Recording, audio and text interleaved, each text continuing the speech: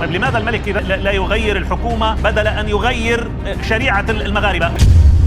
السلام عليكم ورحمة الله. احنا المغاربة كاملين متفقين بالله احسن قرار تعطى من 2022 وهو الغاء عيد الاضحى، وهذا القرار كيأسف اكثر مما كيفرح. القرار الوحيد اللي كيخدم لصالح المواطنين وضد اعداء الوطن بما فيهم الحكومة واصحاب الشكارة والشناقة، وهذا الالغاء كيأكد فشل الحكومة. وتمنينا نسمعوا استقالة اخنوش والحكومة كاملة مع الغاء العيد، حيت المشكل هنا ماشي في الجفاف، والدليل موريتانيا اللي ما عندهاش الشتا نهائيا اقترحت هي تصدر لنا الماشية. نتكلم عن قطاع مهم كيف الثروة الحيوانية، ونملكوا احنا 30 مليون رأس منها، وجارتنا المغرب احتياجاتها بالعيد الجاية 5 ملايين رأس، وسياراتها شاحناتها ترجع من عندنا هون خاوية، ومع ذا ما نقدر نصدروا لها شيء واحدة.